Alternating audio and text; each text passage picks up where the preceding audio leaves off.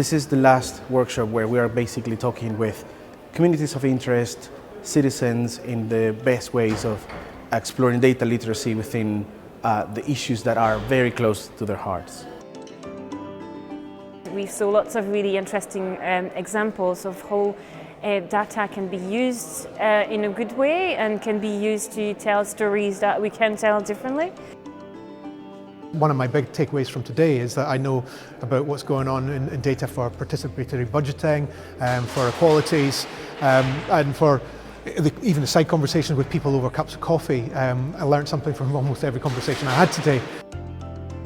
I like the idea that data is a kind of a fluid representation of an incredibly complex world. So I actually very much enjoyed the football club analysis, which was moving incredibly close to that live data approach.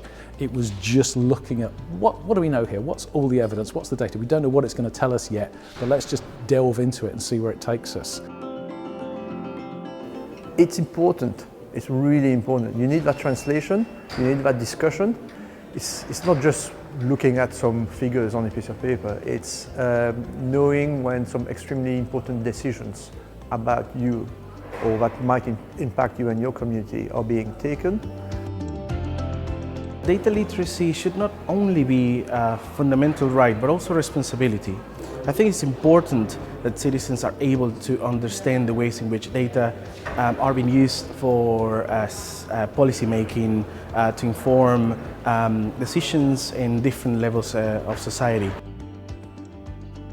I think that average person have been introduced to data in a very negative way because it was all of the scandals from Facebook, Google. We need to empower people in the sense that they know what data they're sharing and they know what this data is used for.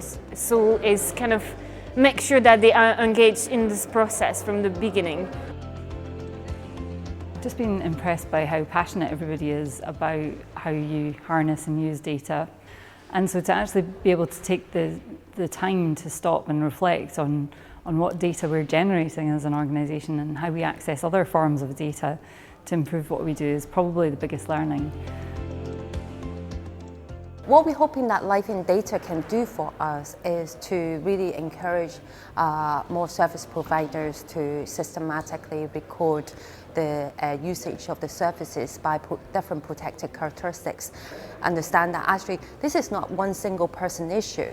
This is actually an issue that being experienced by a whole group of people, and until we address that, we won't have a fairer Scotland at all.